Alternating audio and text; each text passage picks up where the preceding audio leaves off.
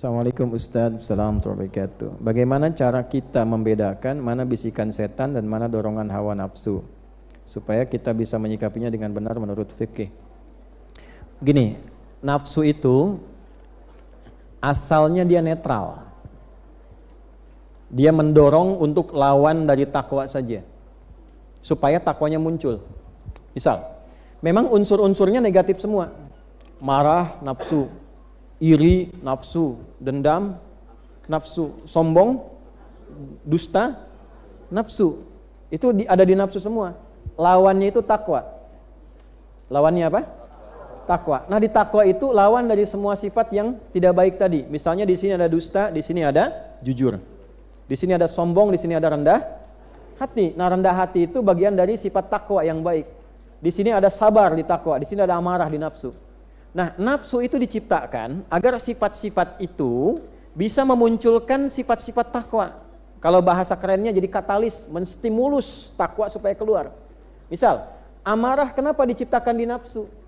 Bukan ingin membuat bapak jadi pemarah, bukan. Supaya sabarnya keluar. Sebab kalau tidak ada amarah, nggak mungkin orang sabar. Ibu kalau mau cek ya, gini, nanti suami pulang ke rumah, nggak ada angin, nggak ada hujan, nggak ada petir, nggak ada apa-apa, ibu bilang, "Papa sabar ya, Pak, sabar." Kira-kira suami ibu bilang apa? Nah, mama sehat, gitu kan? Ya kan mesti ada pemicunya dulu kan? Amarah itu diciptakan supaya sabarnya muncul. Jadi ketika suami tiba-tiba marah, sebetulnya Allah bukan ingin menjadikan suami pemarah, bukan Bu. Supaya kesabaran pada ibu muncul. Kenapa harus muncul sekarang? Karena di depan ada masalah lagi yang muncul, butuh kesabaran yang ekstra yang sekarang sedang dinaikkan itu. Kalau dia nggak naik, rumah tangga ibu bisa repot di depan. Makanya dinaikkan dulu supaya kita siap menjemput ujian yang selanjutnya akan datang. Kenapa ujian itu akan datang? Karena doa ibu sendiri. Doa harapan kita itu, tanda dijawabnya oleh Allah, datangnya ujian. Ujian itu jembatan menuju jawaban. Ya Allah, aku ingin lulus ya Allah dalam kuliah ini. Bagaimana cara lulusnya? Ujian. Kan nggak mungkin, nggak ikut sekolah tiba-tiba wisuda dapat ijazah misalnya, kan mustahil. Jangan dipotong ya, awas nih. Awas nih, kok nyambung aja ya. Saya nggak ikut-ikutan masalah-masalah politik gitu. Nah tuh. Awas. Ujian kan? Ini sih salah nih. Ada ujian dulu. Jadi dunia juga begitu. Kita dari SD mau ke SMP lewati apa? Nah, sekarang Anda berdoa, ya Allah anugerahkan saya kepintaran. Apa tiba-tiba langsung pintar? Kan belajar dulu. Ya kan? Belajar butuh pengorbanan kan? Cari buku, belajar pakai guru dan sebagainya, baru jadi. Nah, kadang-kadang kita minta, ya Allah anugerahkan aku rizki yang membuat aku lebih mudah ibadah kepadamu. Pengen mobil, apa langsung mobil datang? Kan tidak kan? Ikhtiar dulu kan? Walaupun ketika Anda ikhtiarnya, bisa Anda dengan berkhidmat ke masjid, lagi beres-beres. Bapak rajin sekali, saya amati sudah sepekan ada di masjid terus di sini, beres-beres. Rumah di mana? Saya di Tegal, Pak.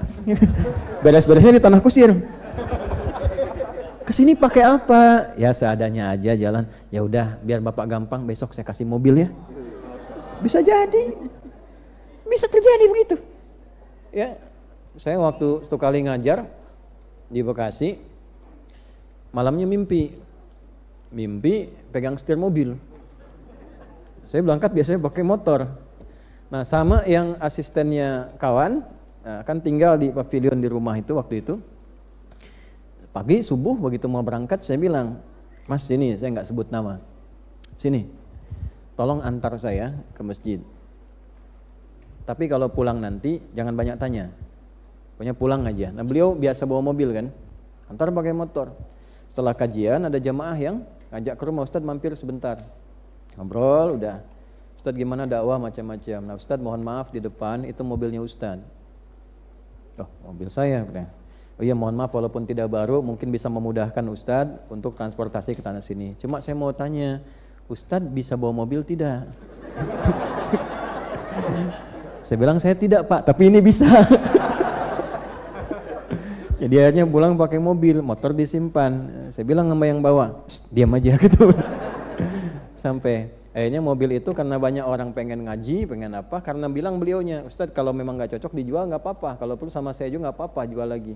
Akhirnya saya jual, dibikinlah kemudian tempat untuk belajar, saya sewa ruko, didirikanlah Quantum Ahyar Institute di bulan Agustus tahun 2013. Di situ digantikan.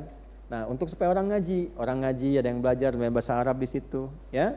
Hampir tiap malam, pada maghrib dulu datang belajar. Ada yang dari macam-macam, ada yang tukang cukur, ada yang dari perusahaan, macam masih ngaji dulu. Dari situ tiba-tiba Allah pertemukan lagi ngajar, ada adik di pesantren yang dulu saya dampingi, udah lama ketemu 11 tahun. Nah, di mana sekarang? Saya ngajar begini, senang beliau. Nah, tiba-tiba yang tadi itu diganti lagi dengan mobil yang baru lagi. Nah, baru sudah ada, sudah kemudian dari situ, alhamdulillah dapat tempat, nah itu dikasihkan lagi begitu, yang pakai lagi.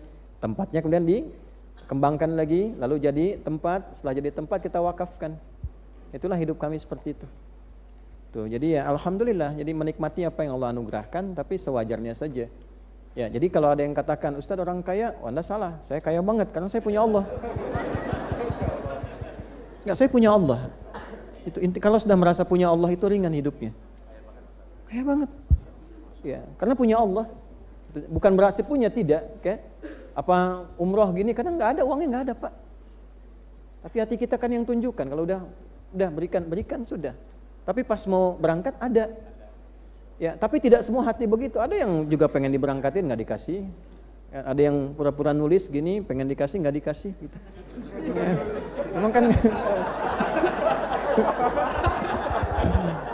kan nggak begitu juga semua jalan. Nah itulah nafsu. Jadi kalau nafsu itu cenderungnya biasa saja, dia kerjanya seperti itu, normal.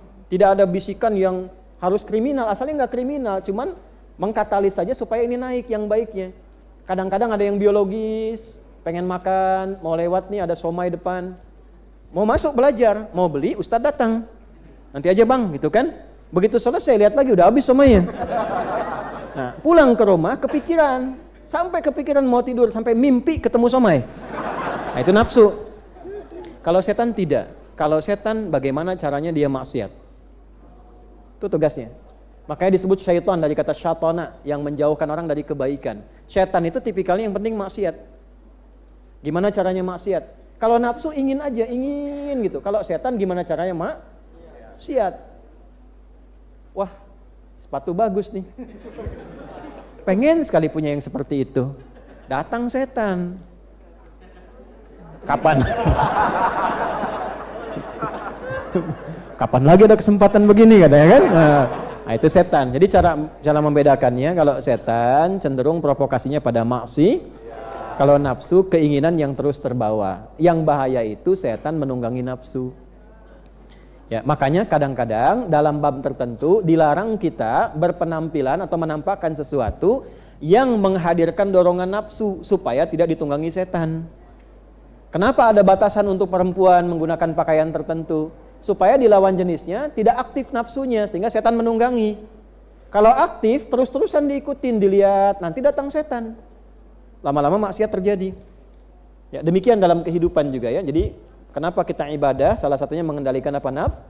Nafsu. Makanya di Quran, di hadis ada belajar, makan secukupnya, tahu fungsinya. Kalau takwa, kebutuhan, nafsu, keinginan. Ya, misal, apa fungsinya minum? Kebutuhannya apa? Menghilangkan haus. Nah, nafsu memberikan warna dalam minuman itu. Pengennya apa? Oh, saya udah lama minum air bening, pengennya susu aja, ya kan? Nah, itu nafsu namanya. Jelas? Nanti mama besok kita makan apa? Nasi uduk Pak, gitu. Ya baik, kita berangkat nanti ya. Yang di mana? Yang di Paris. Ya benar? Itu nafsu. Nah, padahal kebun sirih juga ada misalnya kan. Nah, malam-malam tiba-tiba tinggal di Bekasi, pengennya nasi uduk kebun sirih, padahal nasi uduk banyak di sampingnya. Paksain nggak pengen berangkat ke sana, itu nafsu. Berangkat macet sampai ke sana habis, kan? Pulang kepikiran, itulah nafsu. Jadi cara membedakannya, nafsu cenderung support pada keinginan yang sulit untuk dihilangkan. Cara mengendalikannya, cari lawannya pakai takwa. Sedangkan setan itu cenderung mengarahkan pada maksi. Nah, caranya hindari bisikannya, cari lawannya. Lawan setan itu malaikat. Karena itu malaikat disebutkan 88 kali dalam Al-Quran, setan disebutkan 88 kali. Nafsu sesuai dengan fungsi manusia di dalam yang disebutkan 115 kali, takwa yang sesuai fungsi memanage nafsu disebutkan 115 kali. Dari 240 kali penyebutan, 115-nya adalah fungsi mengendalikan nafsu. Jadi kalau kita belajar, nama manusia yang terkait dengan pengendalian nafsu namanya Bashar. Disebutkan 35 kali dalam Al-Quran. Jadi kalau ingin mengendalikan nafsu, cari setiap kata Bashar dalam Al-Quran. Qul innama ana basyarum mithlukum. Kata Nabi, saya pun manusia. Cuma bedanya yuha ilayya. Saya manusia yang disempurnakan dengan diberi wahyu. Jadi Nabi dibimbing oleh Allah, dijaga oleh Allah, sehingga nafsunya Allah langsung yang jaga. Kita bukan Nabi, bukan Rasul. Bagaimana cara menjaganya? Jaga takwa yang sudah Allah titipkan pada diri kita dengan mengambil petunjuk Nabi. Nabi diajarkan, kita belajar dari petunjuk Nabi. Di antara cara membimbing itu mengendalikan supaya baik, tidak terjebak dalam pendewaan kehidupan sehingga nestapa saat kiamat tiba. Muncullah at-takwir untuk melipat segala yang diinginkan oleh nafsu.